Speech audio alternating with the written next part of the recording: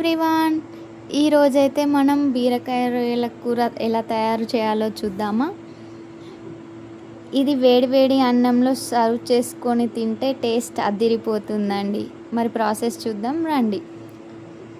ఒక పాన్ తీసుకొని అందులో 4 టేబుల్ స్పూన్ ఆయిల్ వేసుకోవాలి. ఆయిల్ కొంచెం హీట్ అయ్యాక ఆవాలు జీలకర్ర వేయాలి.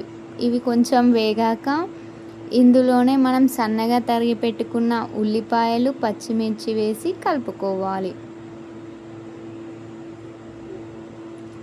ఇవి కొంచెం బ్రౌన్ కలర్ వచ్చాక ఇందులో కరివేపాకు వేసుకొని కలుపుకోవాలి.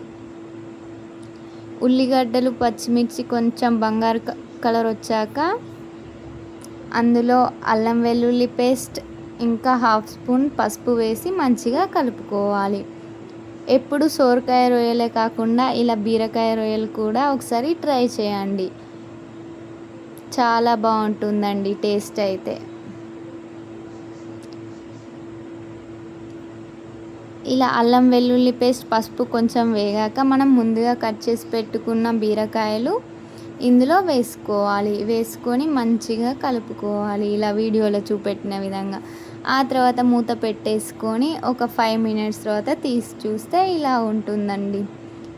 ఒకసారి మంచిగా కలుపుకొని 1 స్పూన్ సాల్ట్ అయితే వేసుకోవాలి. కొంచెం మళ్ళీ తర్వాత మనం యాడ్ చేస్తాం. ఇప్పుడైతే 1 స్పూన్ సాల్ట్ వేసుకొని మంచిగా కలుపుకొని మళ్ళీ మూత పెట్టేసుకోవాలి. మళ్ళీ ఒక 5 మినిట్స్ తర్వాత తీసి 1 స్పూన్నర కారం వేసుకొని మంచిగా కలుపుకోవాలి.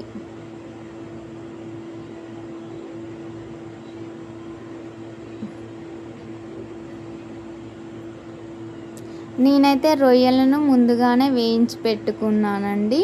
అలా వేయించి పెట్టుకోవడం ద్వారా రొయ్యల మూతులు అనేవి కట్ చేసుకోవడం ఈజీ అవుతుంది. మీరు కూడా అలానే చేయండి. కొంచెం బ్రౌన్ కలర్ వచ్చేదాకా వేయించుకోవాలండి. ఒక 5 మినిట్స్ తర్వాత చూడండి ఎలా అయిందో కర్రీ.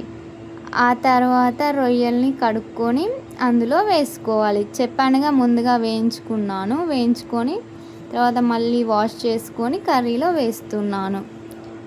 రొయ్యలు వేసాక కొత్తిమీర అలాగే స్పూన్ ధనియాల పొడి వేసుకొని మంచిగా కలుపుకోవాలి.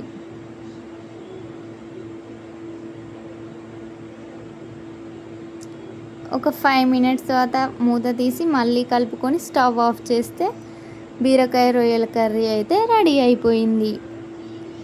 ఈ బీరకాయ రొయ్యల కర్రీని వేడన్నంలో సర్వ్ చేసుకుంటే టేస్ట్ అయితే అదిరిపోతుందండి. మీరు ఒకసారి తప్పకుండా ట్రై చేయండి. ఎలా ఉందో కామెంట్ చేయండి. Thank you for watching and subscribe to my channel.